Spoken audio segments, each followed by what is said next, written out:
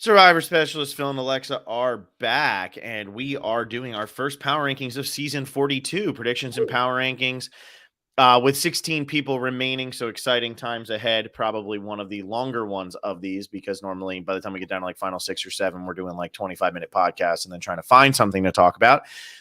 If you're not a $20 patron, become a $20 patron. You could participate in the Power Rankings game. The winner of the Power Rankings game gets sent a buff, which we sent last year. We're going to be sending ours to Brian Johnson soon.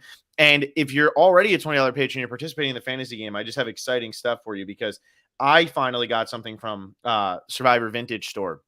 And they're the ones who are going to be giving away the prize. I don't know what the prize is going to be yet for the winner of the fantasy game, but I got this personally sent to me, and it's the Gitanos buff from Panama. So I got that sent to me yesterday. All black. I know. I'm very excited, and I'm happy I got it, because whatever Alexa gets, we're going to be doing like Pokemon trading cards here, because I know she loves Panama. So when they send her like a Courtney Yates shot, signed like photo, I'm going to be calling her saying, hey, $1,000 for that, $999 for this one. I mean, they're going to get a China buff or one of those like human-sized fat heads of Courtney. I hope it's the second one. If it's the second one, I'm going to be able to hang that in here, because Rachel just came home with a Mike Krzyzewski framed poster. So I'm allowed to put a fat head up of Courtney Yates. Okay. How does she feel about the fact that he lost? Oh, it's so funny. I just mention it every time. And don't forget that if you are a basketball fan, UNC just lost to Virginia Tech in the ACC tournament. Duke, yeah, Virginia Tech. Like, it's crazy that Duke couldn't just win that game on their home court for Krzyzewski's last game. But we're talking about Survivor, and I'm getting middle finger sent to me, so I guess she's listening. So we have 16 people left. We're gonna be rolling through this 1 to 16. So for anybody who's new to the Power Rankings game, number 1 is your safest person. Number 16 is your least safe person. So make sure you do that in the right order. Oh, how did I mess that up? Alexa already messing stuff up this early on. Probably sad that. Did I double up? This will be fun to figure out. Alexa just doesn't want to admit she lost 2 people in the premiere from her fantasy team. I know, that was so bad. But do you know worse than the fact that I lost 2 people in my premiere? The fact that for the first time in 6 seasons, we're getting a blindfold challenge, and Lydia is aggressively not blindfolded. Yeah, I once again cannot pick the blindfold person at all. It's so pathetic. It's ridiculous. How is she the one calling? I don't know, but here she is calling, and here I am still getting 0 points in the blindfold challenge. I think all time. I think Will and I did this since season 30, and I don't think I've ever gotten it right. But one thing I am right about, and one thing that Alexa was severely wrong about, and it leads into my number 1, is Jonathan. Same. There you go. Alexa's already jumped off her initial preseason thought of Jonathan's the one she wants nothing to do with and all that. Jonathan is a stud. That tribe is going to dominate. And even if they lose, they're going to want to keep him, because I think this is definitely a tribe that's going to value strength over everything else.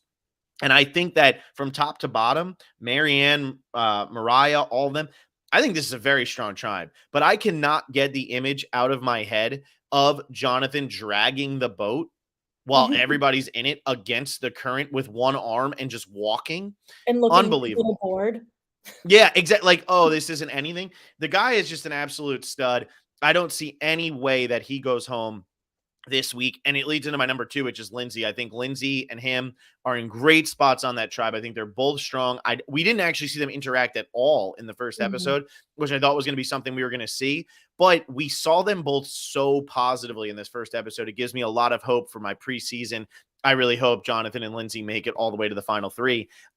They just really seem like they're in good positions over on that tribe. And that is the strongest tribe by far. Yeah. And also to add to the Jonathan thing, I think like one of the funniest lines of the premiere is when they're counting the triangles, and he's like, I count 11. And everyone was like, well, okay. And then he knew to just remove himself from the situation. He's like, this isn't my thing. Building a shelter is my thing. So I think also like as a baseline, he can be the reason this tribe never loses an immunity challenge. But I think on top of that, there's a lot of self-awareness. And I think that's like a benefit of new Survivor. I think a lot of people who are really good in challenges, they know what that means now. And he's not going to be like, well, I carry us in challenges, so therefore I'm doing everything else. he knows how to separate, and I think that's a really good quality. I completely agree, and I will look like at Jonathan right now and say I don't think he's merge boot potential either at this point, because he let everybody in his tribe know that he can't do a challenge or can't do a puzzle for the life of him. And I know that they're down to 5 because Jackson was pulled from the game, but they might never lose again.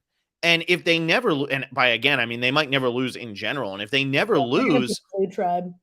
yeah, like the blue tribe just seems like they're going to get decimated here. Blue tribe from last year. I should have said that. Oh, I get what you're saying, but what the heck was their tribe? Yava, Lesu, something like that. I know. God, it was blue. They were blue. Danny and Erica's tribe. Yeah, that one. I really think that tribe like is just not going to lose, and if they lose, it'll be one time, and so what? Yeah, they're down to 4, but they should go into the merge with numbers, or in a worst case scenario, like tied with everybody else.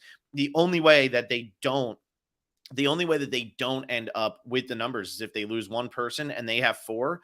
But then I think pretty much it's going to be like a 5-4-2 or something like that going into the merge. Maybe there's one other tribe that has more than them, like the green tribe, just by circumstance, because they didn't have to have anybody medevac. But I think then you team up with the blues and you can just take out the green tribe. It's not necessarily the best thing to have the most numbers, but Jonathan, I think, is in a good spot.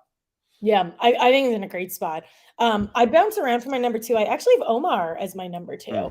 Again, I watched an hour and a half of him, but just in between preseason to watching him play, I think he's really smart. I don't think he's doing anything like particularly noteworthy, which at this point I think is a extremely good quality. He's also on that same tribe. He will never be like Jonathan will always be better than him at challenges, I assume. So he can always fall back on that, but he'll never be the one to doesn't seem like someone would be the one to blow a challenge. So I actually think he's in a really good spot. And he's on that same tribe. And I think that tribe is really looking okay. Yeah, and I do. My biggest concern for that tribe would be Mariah, just because at her first confessional was just like, I'm looking to find myself out here. And most of the time in Survivor, if that's what you're looking to do, that ain't you don't make it to the end. You make it as like a growth arc. And so I think she would be the one who would go if they were to go home, or if they were to somehow lose this week. Yeah, I have a comment about her, but I'll save it. Okay, I'm gonna rip through my 3, 4, 5 because they're all from the same tribe. It's not from the orange tribe. It's from the green tribe. So I actually have my number 3. I have High. I don't understand the blood thing. I like this tweet though about why wouldn't you? I thought that was really funny. Yeah, you got to do it. You got to do it. I think he's in a good spot. It seemed like nobody really called him on that. He seems like he's in, he's got that little advantage. That's kind of an advantage right now, but he doesn't really know. Then I go to the fireman, Mike. I know his name came up in this next time on. It means nothing to me. I think those are always a total waste of time. And I think that he had a great first episode. He had so many confessionals. They were so positive. He was really talking about lifting up the tribe and wanting, and everybody was amazed that he was 57 and how could you be this old and all of that. And then at number 5, I have the person that I don't know anything about, and that is Chanel. I really just don't think that they would cut her loose without giving us more from her this early on, because she's not like your oh, okay, you're really young, hot person like Hope. I always go back to season 26, but really young, hot person who we just didn't edit them and now they're gone. She's not like your older person who we didn't edit them and now they're gone. Chanel doesn't fit into we're not going to give you an edit and you're going to go home 3rd or 4th or something like that. So I have Chanel at number 5. I think that she still has some time left in the game. Did you see Mike's tweet about his favorite part of the premiere being that his kids were embarrassed to see him in his underwear? I love that. That's so great. Me and Alexa didn't even notice he was in his underwear. Yeah, we didn't even notice. I'm telling you, we have a whole text conversation about definitely it. Didn't contact each other about that during the episode. But anyways, I also have the winner of this season, Chanel, as my number 3. Kind of for the same reason. She's on that tribe is really interesting because everyone seems very inoffensive, and I actually never understood how any of them would work together, but they seem to all vibe pretty well. From an edit perspective, same point as Phil, that I don't really know why she would just disappear. But then at the same time, while I was admiring the fact that Lydia was not blindfolded in the preview for this episode, there was someone blindfolded on that tribe, and that person was Chanel, and she's pretty ripped. I know like, it's like, oh, Drea's personal trainer. Like Jonathan just like lifts up cars for fun. But Chanel like looks like she'll be able to like crush it in a challenge. So I think like if we're going to use the excuse of voting people out because of poor challenge performance, I don't think Chanel would be a reason. Well, and I just want to put this up. Adrienne Celeste, I love her confession on describing the tribe dynamics. That's what moved her up for me. Like Yeah. I'm still not sold on the fact that Chanel is like a deep player in this game, but that really did kind of like there's something to be said for the fact that she was the one describing the pairs and everything like that. She's on top of what's happening in her tribe, and they wanted us to know that for a reason. Yeah. Though funnily enough, I almost kind of have not the full opposite, but I like that she was one to describe the tribe dynamics, but she kind of was like, well, Hai and Lydia are weird together. Jenny and Mike are older. And so therefore I'm with Daniel. Like it didn't seem like she wanted, it seemed like a thing of, well, I guess we're here rather than me and Daniel are buds. Maybe that could make her a swing vote in a situation because she's not married to him, but that almost raised a little like, ew, at least she knows about it though. So I think that's good. Yep. Who's your 4 and 5? Okay, 4, I actually have Drea. I am challenging the fact that her name was brought up, but I also think we talked about how, you know, she was kind of in control this episode, kind of for a bunch of different reasons. I don't think it is in any way that like her team is going to want to revolt against her for it. She also is probably Rock's right.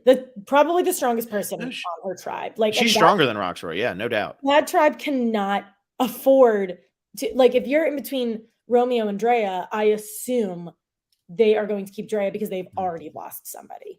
I think Drea also has enough inroads with everyone. She and Romeo seem to actually have probably the closest thing. She and Tori collaborated to get rid of Zach. She's kind of in with everyone. And so I think for that reason, she's in a good place for this week. Yeah, I have her at 6, so I know I'm jumping ahead of you again, but I have her at 6. She's the only one on the blue tribe that I have any confidence in surviving this week. I think she is totally safe because if anybody really wants to get rid of her, that's just idiotic. That's going beyond what Evie did last season because Evie was getting rid of Voce, who wasn't the strongest person on the tribe, to secure her women's alliance. Mm-hmm. That is not the case in this situation. That is not what's going to happen in this situation. This would just be cutting off your head. You're just like, there's no reason to do this. Drea is absolutely necessary on that tribe. I don't see any way that she goes home this week. Yeah, I think she's fine. I think she's fine this week. I don't know. Like, it depends, like, how she's going to win, Alexa. We've already talked about this. I forgot she wins this week. And number 5, I'm so excited to have Jenny at number 5. Clearly great from a challenge perspective. Clearly fits in well with her tribe, but also is like aware of when she is smarter than her tribe, but doesn't make it known to anyone except for us. Like, I really liked her confessional about how she's like, these people don't know what they're doing. And she like said it to them in a way that was delivered in a funny way rather than in a demeaning way. So I have really high hopes for Jenny. I think she's really looking good right now. I mean, I know you still haven't caught up to me because I did my 6 and you're at 5, but I have Jenny at 7, so I just want to throw that one in. Jenny was, like I said in that reality pop episode, I said that she is my dark horse on this season. I think that she could go deep, she could go early still, and just because she had one good episode doesn't mean that she's in a great spot.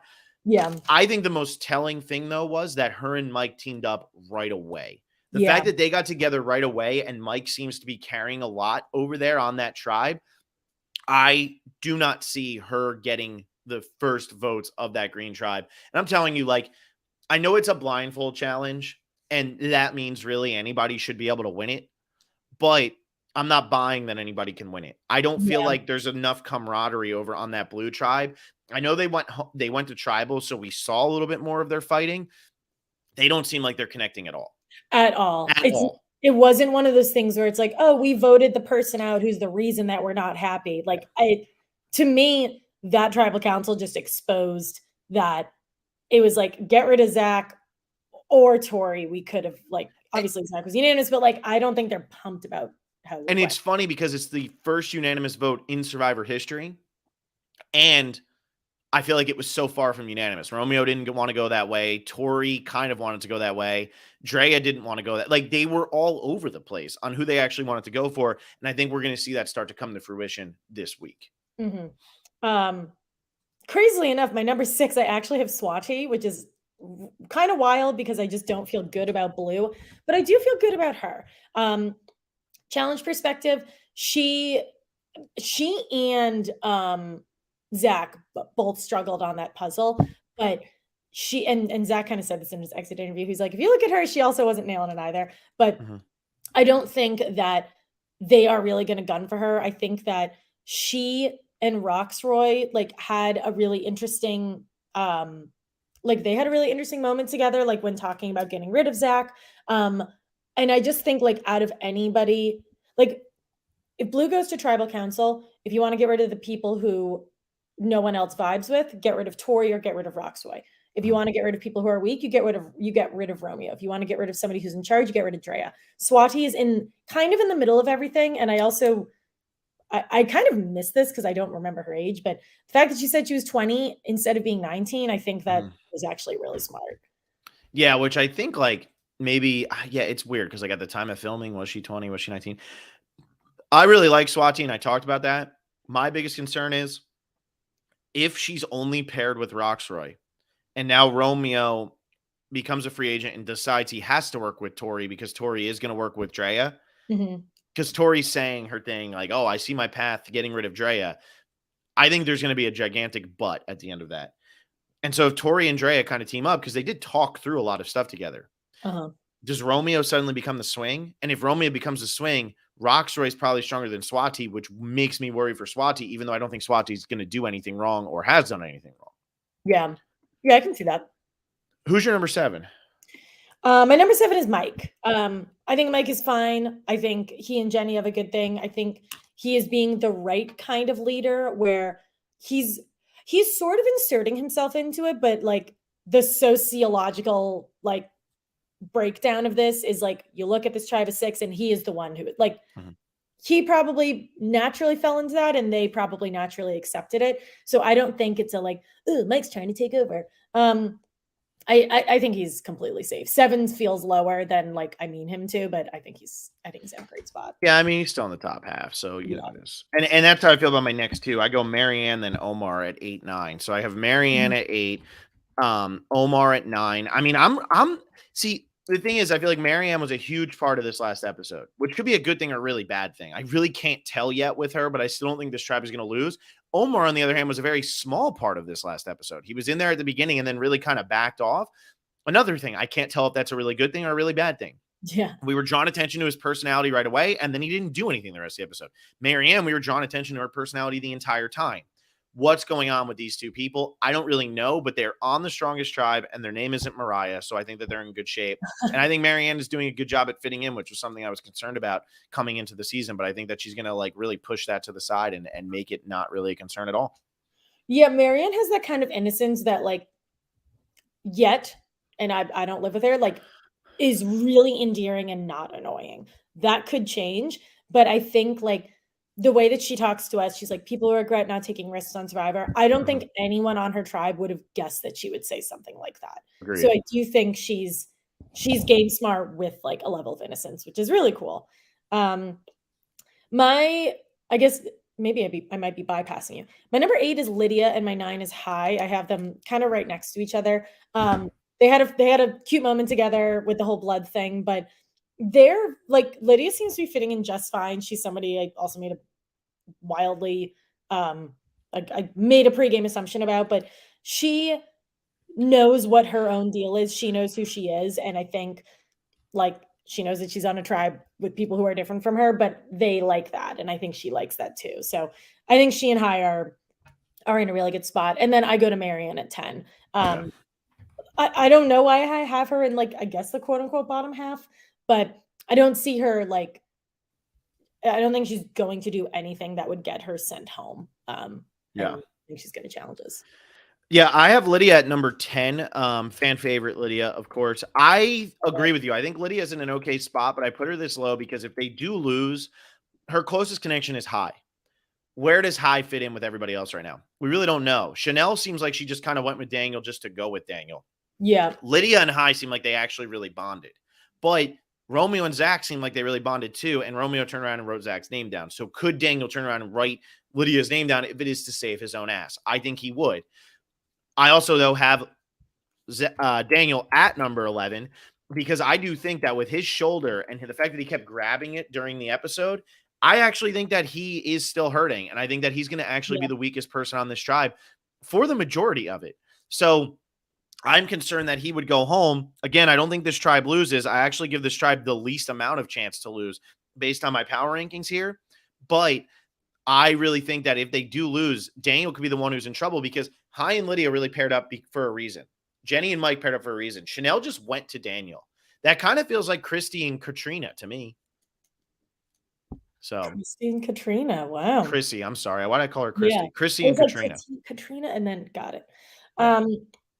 My number 11 is Lindsay, which also feels pretty low. I think Lindsay's in a great spot. I think, yeah, she really didn't do much. All she did was tell Jackson to drink more water because she's missed.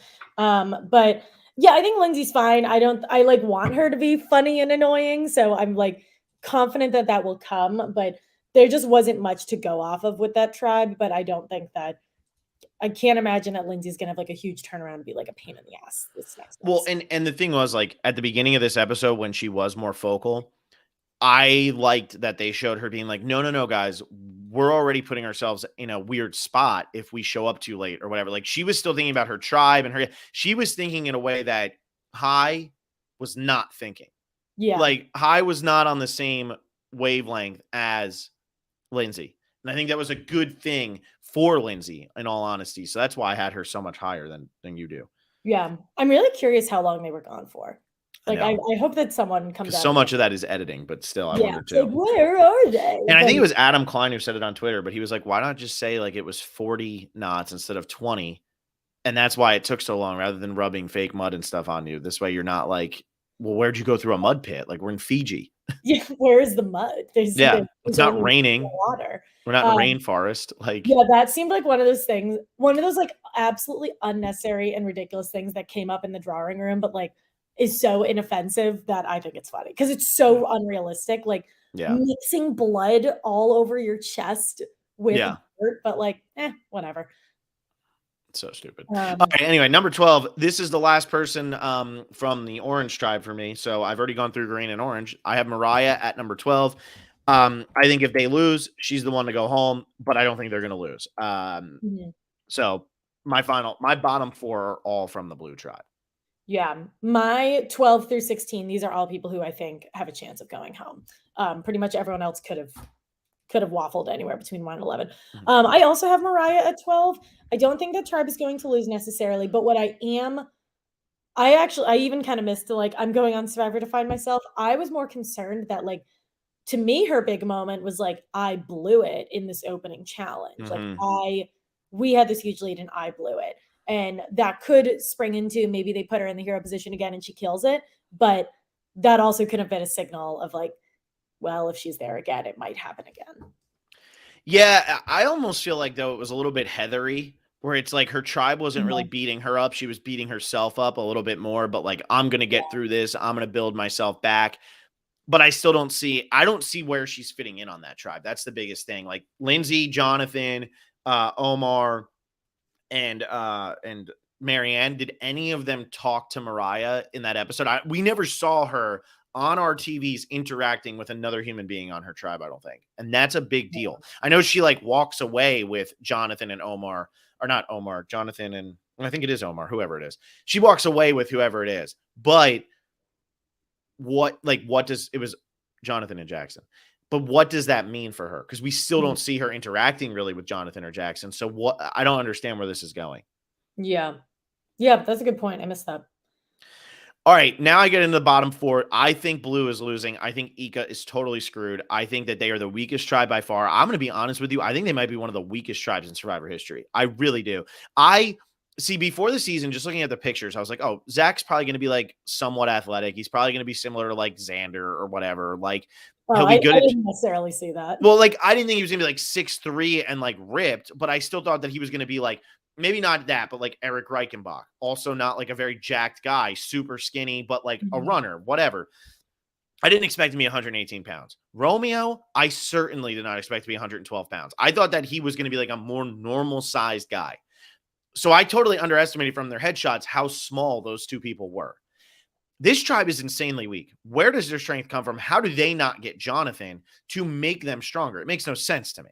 That's what I was going to say. You put Jonathan, Jackson, and Omar all on the same tribe. Yeah. Like that's like move one of them Yeah. to the blue tribe, and that helps a little bit. Obviously, we didn't see Jackson really do a challenge, but like he's a big dude. Like Yeah. that speaks for something. I think it's pretty odd, and we're saying all this off of one episode, but it's just pretty odd, especially considering like how they changed things with the War Dog situation that they had this happen. Yeah, they didn't. Yeah.